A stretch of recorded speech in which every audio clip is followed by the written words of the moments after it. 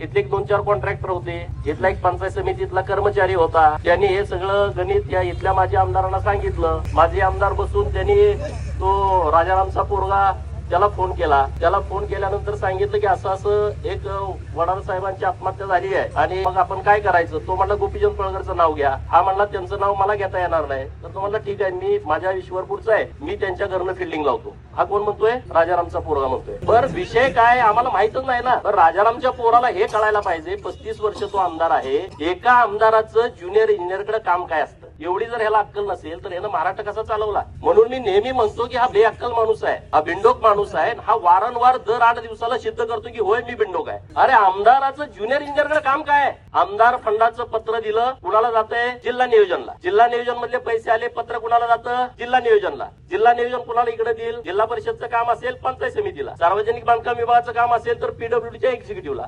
ते त्यांच्या खालच्या शाखा अभियंत्याला पाठवतील ना की अंदाजपत्रक तयार करा आणि तुम्ही पाठवून द्या. शाखा अभियंत्याचं काम अंदाजपत्रक तयार करणे आणि टेंडर झाल्याच्या नंतर ते काम करून घेणं, त्याची बिलं करणे, याच्या पलीकडे काहीच नाही. त्याचा ना आमदाराचा काही संबंधच येत नाही, काही संबंध येत नाही.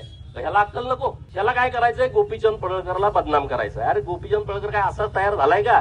असे लय अटॅक घेऊन मी इथं आलोय.